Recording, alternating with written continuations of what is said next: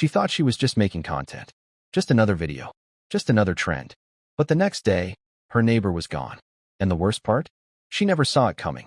What started as a desperate grab for views became the thing that haunted her long after the cameras stopped rolling. This is the story of Tessa, and how clout chasing cost her everything. Tessa wasn't famous. Not even a little. She was 23, living alone in a one-bedroom apartment, posting videos into the void and hoping something would finally land. Every single day, ring light on, phone up, fake smile. Hey guys, welcome back. But behind that smile was something she couldn't show her audience. Exhaustion, frustration, a quiet, growing fear that maybe she just wasn't good enough. She'd been doing this for almost a year. Pranks, skits, trends, challenges.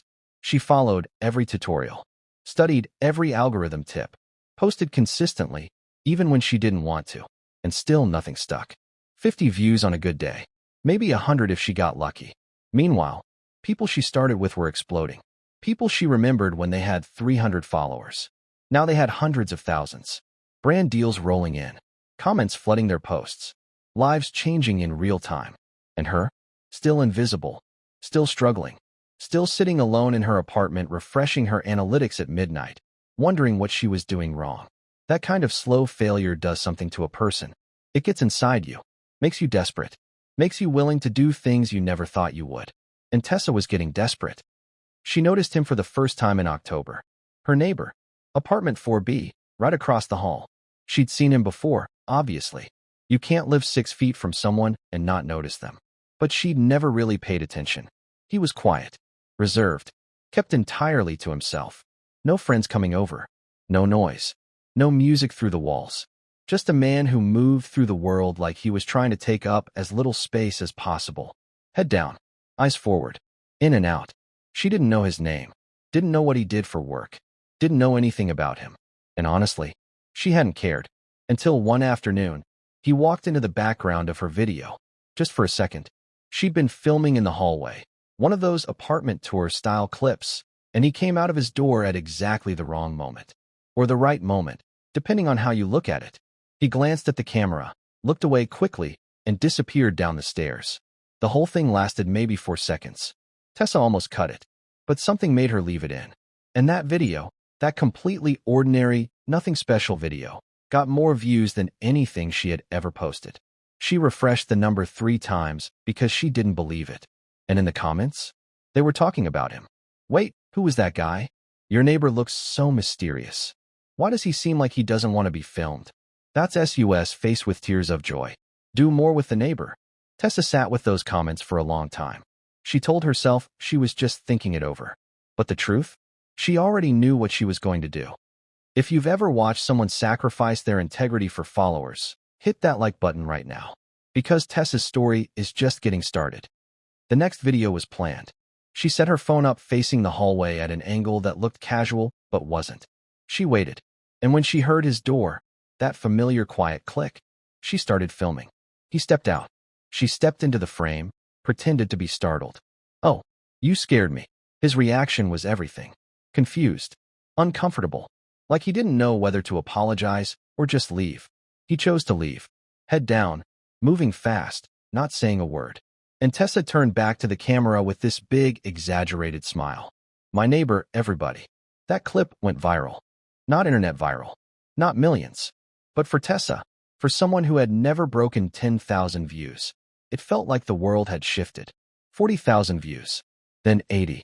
Comments pouring in. He looks so uncomfortable, loudly crying face. The way he just walks away. You need to keep doing this. This is gold. Tessa read every single comment.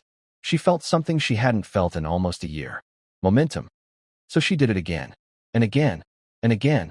For the first few weeks, she kept it small, catching him in the background, asking him random questions while the camera was obviously rolling. Hey, do you know if there's parking on the street? And filming his short, guarded answers. Staging little moments in the hallway that looked accidental. Every time, same result. More views, more followers, more comments begging for the next one. She started calling him the neighbor in her videos. No name, just the neighbor. Like a character, like someone who existed for her story. And her audience loved the character. They made fan edits, They started a thread speculating about his life. They turned a real, living, breathing man into a meme. And Tessa let them. Because the numbers were climbing. Because for the first time, brands were reaching out.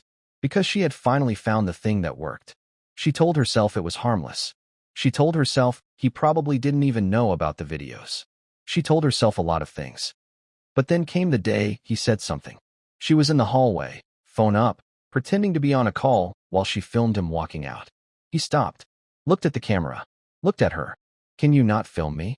Quiet, calm, no anger in it. Just a simple, direct request. Tessa lowered the phone slightly, smiled. Oh, it's just for fun. Nothing serious. He didn't smile back. I don't like it. 3 words. And then he walked away. Tessa stood in the hallway for a moment, thinking. Her phone buzzed. New comment notification. Then another. Then another. She looked down at the screen, looked back at the stairwell where he'd disappeared. And she made a choice. A choice she would spend a long time regretting. She kept filming. Not just kept, she escalated. Because something about that moment in the hallway had given her another idea. His discomfort was the content. His wanting to be left alone was the story. The audience didn't just like her neighbor. They liked the tension. They liked that he clearly didn't want to be there. They liked watching someone squirm without quite understanding why that was cruel. So she leaned into it. She started editing the clips differently. Dramatic music behind his reactions. Slow zooms on his face when he looked uncomfortable. Captions that painted him as strange, as suspicious, as someone weird and unknowable. She never said anything directly mean. She was smarter than that. But the framing did the work. And the audience ran with it. There's something off about this guy. He gives me serial killer vibes, and I can't explain why. Why does he always look like he's hiding something? And Tessa would reply with laughing emojis. Feeding it. Encouraging it. Because her follower count had tripled. Because a mid-sized brand had just sent her a partnership inquiry. Because she was finally rising. But something was happening to him. She could see it. He had gone from quiet to tense. From reserved to visibly on edge. He started timing his exits. She could tell because she watched the hallway more than she'd like to admit. He'd crack his door, check if anyone was there, and then move fast. Like he was trying to escape. One morning she passed him near the mailboxes. He didn't look up, didn't acknowledge her. Just grabbed his mail and went back upstairs. Head down, moving fast, jaw tight. That was the moment a small part of Tessa knew. That this wasn't a character. That this was a person who was scared. A person she had made scared. But that part of her was quiet. The part of her watching the follower count was louder. If you believe people deserve basic dignity, even when they can't see the camera, hit the like button right now. Because what Tessa did next crossed a line she couldn't uncross. The big video. That's what she called it in her head. The one that was going to change everything. She'd been building to it for weeks. Setting up smaller moments. Warming the audience up. Planting seeds in the comments. Something big is coming with the neighbors soon. The plan was simple. She would create a situation. Something that would force a real reaction out of him. Not staged discomfort. Not a confused glance. Something raw. She told herself she wasn't doing anything wrong. She told herself she was just an entertainer. She told herself it was his fault for being so interesting. She set it up on a Saturday. She'd learned his schedule by then. She knew when he left, when he came back, how long he was usually gone. She arranged it so that when he came home, he walked into something he wasn't expecting. Something designed to embarrass him. Something engineered to make him react. She had the camera rolling before he even got to the door. He came down the hall. He saw what she'd set up. He saw the phone. And something in him finally broke through the surface. Stop filming me. Not quiet this time. Not calm. This was real anger. The kind that builds for months and finally finds its way out. He looked straight at the camera. I have asked you to stop. I am asking you again. Stop filming me. His voice was shaking. Not because he was weak. Because he was a person at the end of his patience. And Tessa, with the camera still rolling, just stood there. She didn't stop. She didn't say she was sorry. She let it run. That video hit 1 million views in under 48 hours. It was the biggest thing she'd ever posted. And for about 12 hours, she thought she'd made it. The comments were split. Half of them were laughing. The other half were not. This isn't funny. She won't stop after he asked her to. Did anyone else notice he looked genuinely upset? Like, actually upset. This is harassment. This is literally harassment. The way he's shaking. He's not a character. He's a real person. Tessa muted the notifications, focused on the numbers, told herself the haters were just sensitive, told herself this was content, told herself it was fine. She slept well that night. She didn't deserve to, but she did. The next morning, she stepped into the hallway to grab a delivery, and she noticed his door was closed, which wasn't unusual, but something felt different. A stillness, not the normal quiet of a neighbor who keeps to himself. Something else. She brushed it off, went back inside. That afternoon, she was going to film again. New idea, new setup. But when she stepped into the hallway, she stopped. There was a package outside his door, medium-sized, Amazon label. She figured it had just arrived. She went back inside. The next morning, the package was still there. She noticed it the way you notice something without meaning to, peripherally, without assigning it meaning yet. That evening, still there. Third day, a second package had joined the first, both sitting untouched outside apartment 4B. She stood in the hallway and looked at them for a long time. No sound from inside, no movement, no light visible under the door. The feeling she'd been ignoring started getting louder. She told herself it was nothing. She told herself he probably went somewhere. She told herself there were 100 explanations. But she wasn't filming anymore. For the first time in months, she hadn't posted in 3 days. And she didn't know exactly why. On the fourth day, she knocked. 3 knocks. Waited. Knocked again. Nothing. She pressed her ears slightly toward the door. Silence. Not the silence of someone choosing not to answer. The silence of a room without a person in it. She reached for the handle. She told herself she was just checking. She told herself she was being a good neighbor. She told herself a lot of things that night. The door was unlocked. It swung open, and Tessa stepped inside. The apartment was dim, curtains half drawn, the kind of stillness that makes you hold your breath without knowing you're doing it. It wasn't empty. There were things in it. Furniture, a jacket on a hook, books on the shelf. But it felt like the life had left it. Like the person who lived there had been replaced by an outline. She looked around slowly. Some things were missing. Not packed up missing, not boxes and bare walls. But personal things. Small things. The things people grab when they leave quickly and don't know if they're coming back. And then she saw the table. And on the table, a note. A folded piece of paper with her name on it. Not her channel name. Her real name. He knew her real name. Her hands were shaking before she even picked it up. She read it standing in his empty apartment, alone, in the quiet. I asked you to stop. She'd heard those words before. She'd filmed them. I didn't want to be part of your videos. Her chest started to tighten. You turned me into something I'm not. A joke.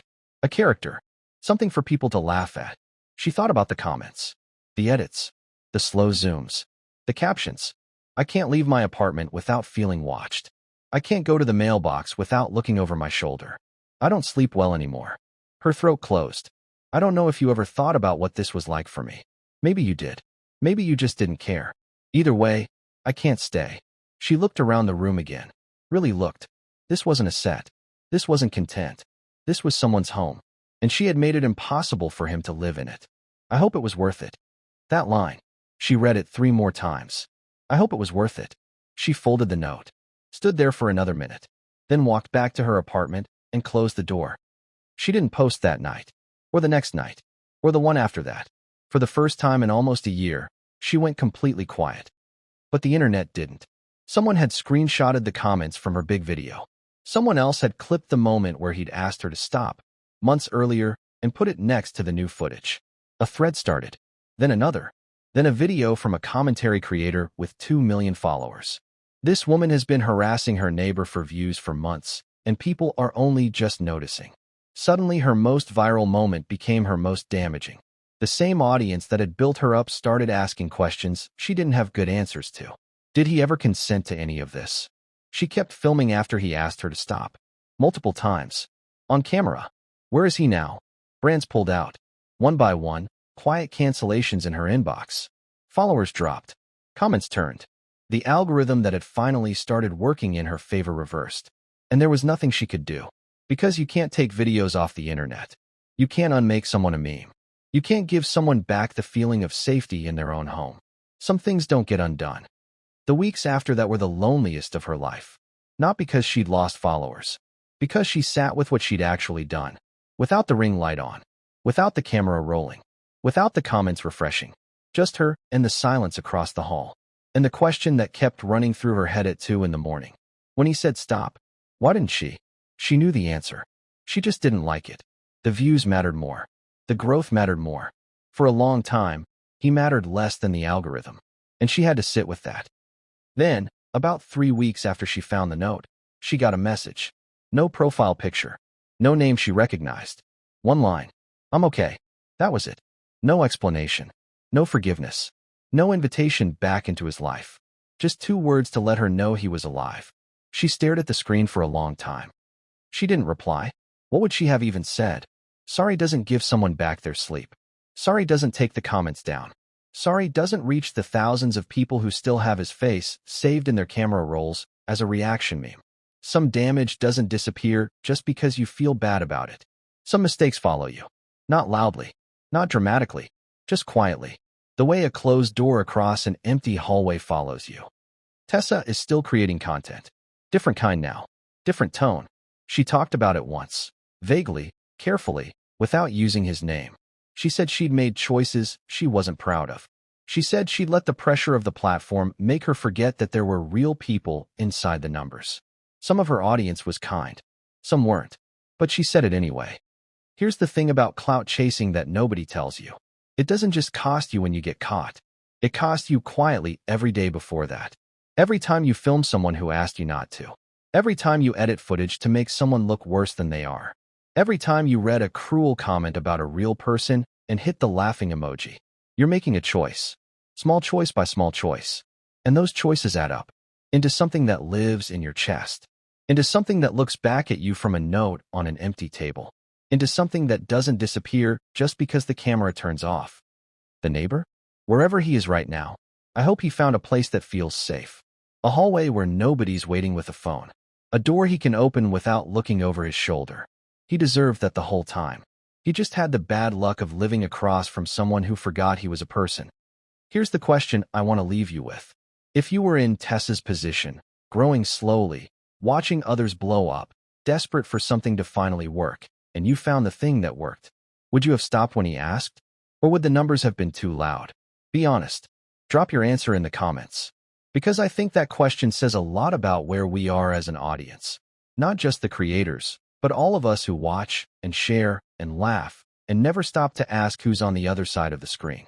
If this story made you feel something, subscribe. Because the best stories, the ones that actually stick, aren't the ones that shock you. They're the ones that make you look at yourself a little differently afterward. And there are more of those coming. Every single week.